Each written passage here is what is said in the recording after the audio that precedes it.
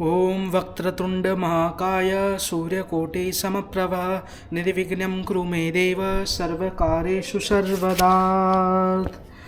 तो ओम नमः शिवाय। तो हमने अभी तक इसका महात्म्य देखा, शिव पुराण का महिमा जो श्री सुत जी गा रहे थे, कह रहे थे कि कितनी महत्व है शिव पुराण अपने आप में। आज हम शिव पुराण के श्रवण की विधि सुनेंगे। जो भी श्रोता इस कथा को सुन रहे हैं वो ये चीज़ों को ध्यान रखते हुए, बहुत सावधानी पूर्वक ध्यान रखते हुए इस कथा को सुनिए।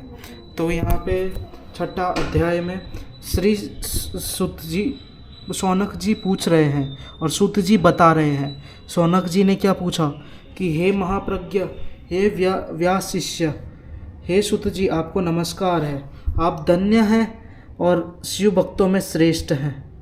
शिव भक्तों में श्रेष्ठ हैं। आपके महान गुण और वर्णन करने योग्य हैं। अब आप कल्याणमय शिव पुराण के श्रवण की विधि और बतलाइए, और जिससे सभी श्रोताओं और संपूर्ण उत्तम फल की प्राप्ति हो सके। तो सुत जी बता रहे हैं कि हे शौनक, हे मुने, अब मैं आपको संपूर्ण फल की प्राप्ति के लिए शिव पुराण के श्रवण की विधि बता रहा हूँ। तो आप बहुत ही सावधानी से सुनिए शिव पुराण सुनने की, श्रवण करने की विधि।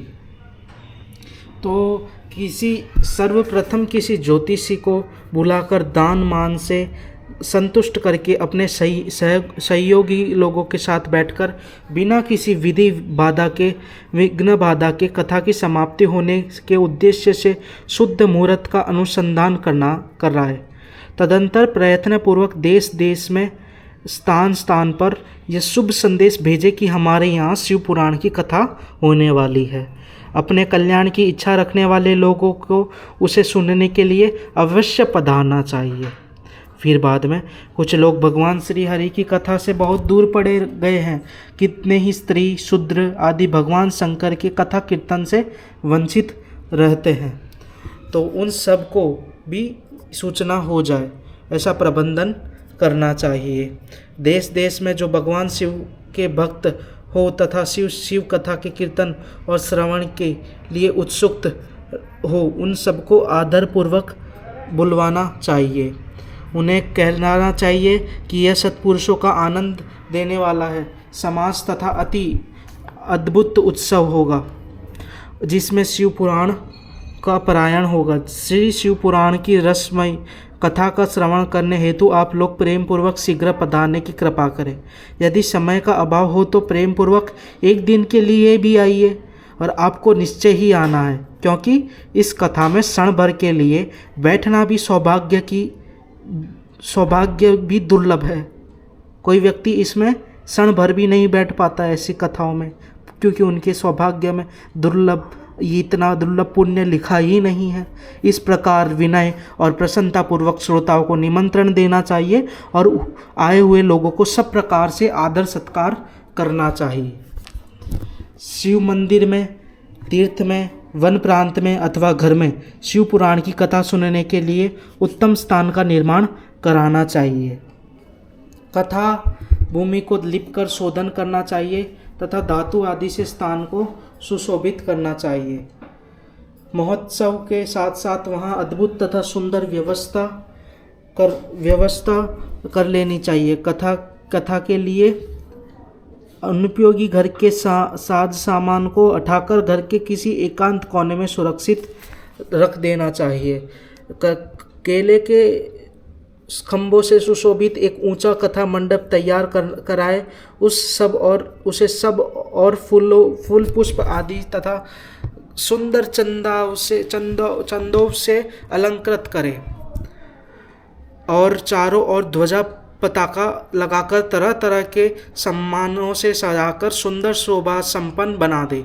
भगवान शिव के प्रति सब प्रकार की उत्तम भक्ति करनी चाहिए, क्योंकि वही सब तरह के आनंद का विदान करने वाला होता है जी। परमात्मा भगवान शंकर के लिए दिव्य आसन का निर्माण करना चाहिए और तथा कथावाचक के लिए भी एक ऐसा दिव्य आसन बनाना चाहिए जो उनके लिए भी सुखद हो सके कथा जब वांचन कर रहे हो तब। हे मुने, नियम पूर्वक कथा सुनने वाले श्रोताओं के लिए भी यथा योग्य सुंदर स्थानों की व्यवस्था करनी चाहिए। अन्य लोगों के लिए भी सामान्य रूप से स्थान बनाना चाहिए। हे शौनक जी, विवाहोत्सव में जैसी उल्लासपूर्ण मन स्थिति होती है वैसी ही इस कथाओत्सव में रखनी चाहिए। सब प्रकार की दूसरी लौकिक चिंताओं को भूल जाना चाहिए। वक्ता उत्तर दिशा की ओर मुख करे तथा श्रोतागण पूर्व दिशा की ओर मुख करके पालती लगाकर बैठे। इस विषय में भी कोई विरोध नहीं है कि पूज्य और पूजक के बीच पूर्व दिशा रहे अथवा वक्ता के सम्मुख श्रोताओं का मुख रहे, ऐसा कहा गया है भाई। पौराणिक वक्ता व्यासासन पर जब तक विराजमान रहे तब तक प्रसंग समाप्ति के पूर्व किसी को नमस्कार नहीं करना चाहिए। बहुत ही ध्यान देने वाली बात है। जब तक वक्ता व्यासासन पर जब तक विराजमान रहे तब तक प्रसंग समाप्ति के पूर्व किसी को नमस्कार नहीं करना चाहिए। पुराण का विद्वान वक्ता चाहे बालक क्यों ना हो, चाहे वह युवा ही भी क्यों ना हो, चाहे वह वृद्ध भी क्यों ना हो, चाहे वह दरिद्र से दरिद्र भी क्यों ना हो, परंतु जैसा भी हो पुण्य चाहने वाले के लिए सदा वंदनीय और पूज्य होता है जी। इसलिए कहा गया है शिव पुराण अपने आप में बहुत ही प्रबल और प्रगाढ़ स्वरूप में ग्रंथों का सार समाये हुए बैठी है। आपको आगे और समझ में आएगा। जिसके मुख से निकली हुई वाणी देहधारियों के लिए कामधेनु के समान अभीष्ट फल देने वाली होती है, उस पुराणवेता वक्ता के प्रति तुच्छ बुद्धि कभी भी नहीं करनी चाहिए। संसार में जन्म तथा गुणों के कारण बहुत से गुरु होते हैं, परंतु उन सब में पुराणों का ज्ञाता विद्वान ही परम गुरु माना गया है। करोड़ों योनि में जन्म लेकर दुख भोगते हुए प्राणियों को जो मुक्ति प्रदान करता है, उस पुराण वक्ता से बड़ा दूसरा कौन गुरु हो सकता है जी? कौन गुरु हो सकता है? जो आजकल बहुत चल रहा है ये गुरु के बिना मोक्ष प्राप्त नहीं होती, ये नहीं होती, तो शिव महापुराण इनका भी बहुत ही क्लियर तरीके से एक संदेश दे रहे हैं कि जो गुरु जी किसको बनाना चाहिए, कैसे गुरु होने चाहिए। तो यहाँ पे बताया गया है कि जो व्यक्ति करोड़ों योनियों में घूमते रहते भी मोक्ष प्राप्त नहीं होती, परंतु कैसे क्यों नहीं होती? तो क्योंकि उसके कर्म ही वैसे होते हैं। वो जिस योनि में जन्म ले रहा है उसी प्रकार उसमें ढलते हुए कर्म करते जा रहा है, तो फिर वो कैसे प्राप्त करेगा? तो इसको पाने के लिए ही एक शिव पुराण सबसे बड़ा जरिया माना गया।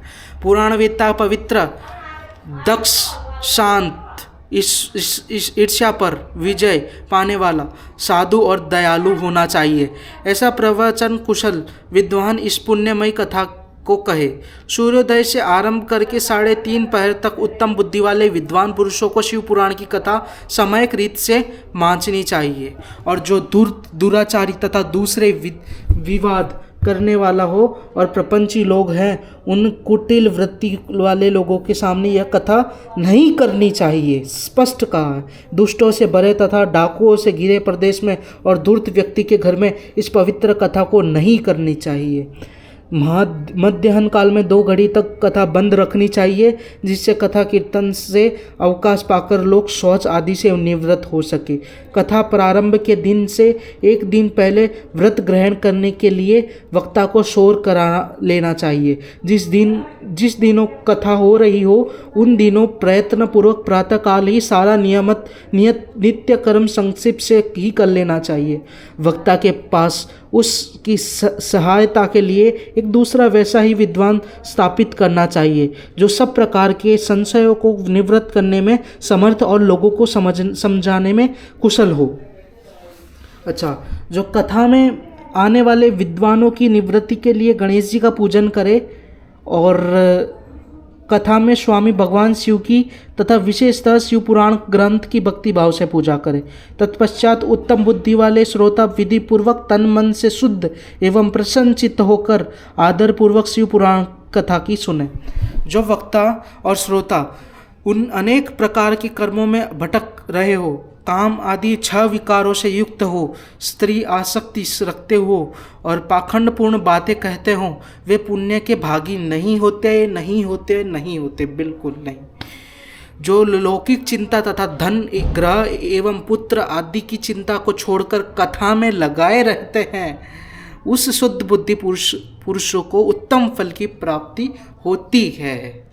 श्रद्धा और भक्ति से युक्त, दूसरे कर्मों में मन नहीं लगाने वाले, मौन धारण करने वाले, पवित्र एवं उद्वेग शून्य श्रोता ही पुण्य के भागी होते हैं। बिल्कुल ध्यान से सुनिए।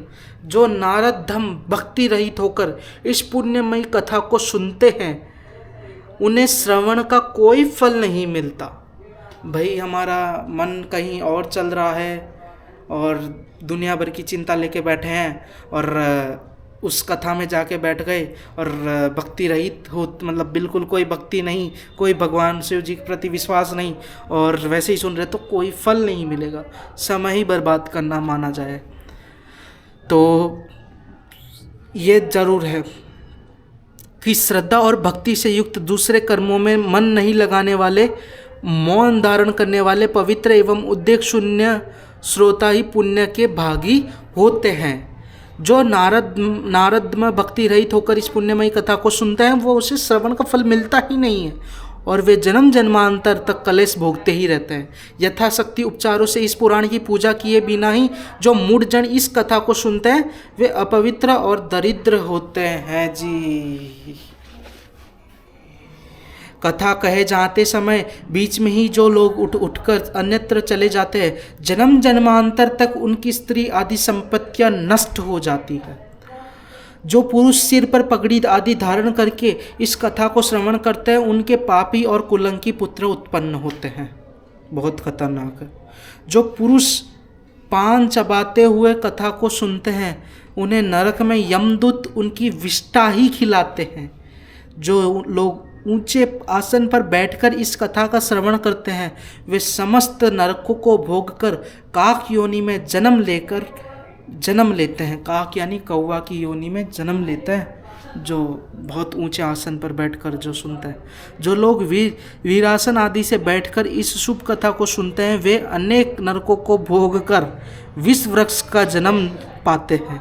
कथा सुनने वाले पौराणिक को अच्छी प्रकार से प्राणायाम किए बिना जो लोग कथा सुनते हैं, वे सभी नरकों को भोगकर अर्जुन वृक्ष बनते हैं। रोग युक्त न होने पर भी जो लोग लेटकर यह कथा सुनते हैं, अभी भी आप यह कथा भक्ति पूर्वक तो सुन रहे होंगे, मुझे पूर्ण विश्वास है, परंतु लेट कर तो सुन रहे होंगे आप, तो यह भी बहुत गलत चीज़ है। यह कथा अगर आप बीमार है तो बहुत सही, मतलब कोई बात नहीं है, परंतु बीमार नहीं है और वैसे आप लेट के सुन रहे हैं, तो ये बिल्कुल मतलब अनिवार्य, मतलब बिल्कुल चल नहीं सकता। ये ऐसी चीज़ है कि रोग युक्त न होने पर भी जो लेट कर यह कथा सुन रहे हैं ना, तो उनको वे सभी नरकों को भोगकर अंत में क्या बनते हैं, अजगर आदि योनि का जन्म लेते हैं। बहुत खतरनाक है, बहुत। वक्ता के समान ऊंचे आसन पर बैठकर जो इस कथा का श्रवण करते हैं, उन नारकिक लोगों को गुरु सैया पर शयन करने जैसा पाप लगता है। जो इस पवित्र कथा तथा वक्ता की निंदा करते हैं, वे 100 जन्मों तक दुख भोगकर कुत्ते का जन्म पाते हैं। कथा होते समय बीच में जो गंदी बातें बोलते हैं, वो घोर नरक भोगने के बाद गधे का जन्म पाते हैं। जो कभी भी इस परम पवित्र कथा का श्रवण नहीं करते, वे घोर नरक भोगने के पश्चात जंगली सुअर का जन्म लेते हैं।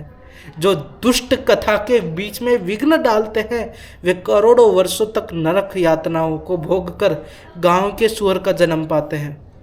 इसका विचार करके शुद्ध और प्रेम पूर्ण चित्त से बुद्धिमान श्रोता का वक्ता के प्रति भक्ति भाव रखकर कथा श्रवण प्रयत्न करना चाहिए। बिल्कुल। सबसे सबसे पहले कथा विघ्नों का नाश करने हेतु गणेश जी की पूजा करनी चाहिए और साथ ही में अपने नित्य कर्मों का संक्षेप में संपन्न करके प्रायश्चित करना चाहिए। प्रायश्चित यानी पश्चाताप करना। नवग्रह और सर्वोत्तभद्र देवताओं का पूजन करके, सारे देवताओं को स्मरण करके, नवग्रहों का स्मरण करते हुए शिव पूजा की बताई गई विधि से शिव पुराण की पुस्तक का अर्चन करना चाहिए। शिव पुराण की भी पूजा करनी चाहिए और पूजन के बाद ही शिव पुराण का स्मरण करना चाहिए। पूजन के अंत में विनम्र होकर बड़ी भक्ति के साथ दोनों हाथ जोड़कर साक्षात शिव पुराण के शिव स्वरूपिणी पुस्तक की इस प्रकार स्तुति करना चाहिए कि श्री शिव पुराण के रूप में आप प्रत्यक्ष सदाशिव हैं। हमने कथा सुनने के लिए आपको अंगीकार किया है। आप हम पर प्रसन्न हो। मेरा जो मनोवांछित हो उससे मेरा आप कृपा पूर्वक संपन्न करें। मेरा यह कथा श्रवण निर्विघ्न रूप से सुसंपन्न हो। कर्म रूपी ग्रह गृहस्थी से शरीर वाले मुझे इस दिन का अब संसार सागर से उद्धार कीजिए। हे शंकर, मैं आपका दास हूँ। हे शंकर, हे गौरीपति शंकर, हे प्रभु शिव जी, मैं आपका दास हूँ और मुझे आप कोई भूल से कोई गलती हो चुकी है तो आप मुझे माफ़ कीजिए। इस प्रकार साक्षात शिव स्वरूप इस शिव पुराण की दीनतापूर्वक स्तुति करके वक्ता की पूजा आरंभ करनी चाहिए और शिव पूजा की बताई गई विधि से पुष्प, वस्त्र, अलंकार, धूप, दीप से वक्ता की पूजा करनी चाहिए। तदंतर शुद्ध चित्त से उनके सामने नियम ग्रहण करे और कथा समाप्ति पर्यंत यथाशक्ति उसका प्रयत्न पूर्वक पालन करे। तत्पश्चात कथावाचक को व्यास को प्रार्थना करें कि हे व्यास जी, जब कथा पूरी हो जाए तब कि हे व्यास जी, समान ज्ञानी श्रेष्ठ शिव शास्त्र के मर्मज्ञ ब्राह्मण देवता, आप इस कथा का प्रकाश से मेरे अज्ञान का अंधकार को दूर कर रहे हैं। भक्तिपूर्वक 5 अथवा 1 ब्राह्मणों का वर्ण करें और उनके द्वारा शिव पंचाक्षर मंत्र, जो कि कौन सा है, नमः शिवाय, नमः शिवाय, नमः शिवाय, नमः शिवाय, ये 5 अक्षरों का मंत्र है, उसका जप किया जाए। हे मनुष्य, इस प्रकार मैंने भक्त श्रोताओं द्वारा भक्तिपूर्वक कथा श्रवण की उत्तम विधि का आपको बता दिया है और अब आप क्या सुनना चाहते हैं। अब आगे जो है श्रोताओं को पालन करने के लिए करने योग्य नियमों का वर्णन बताया गया है, जो हम आगे की वीडियो में सुनते हैं।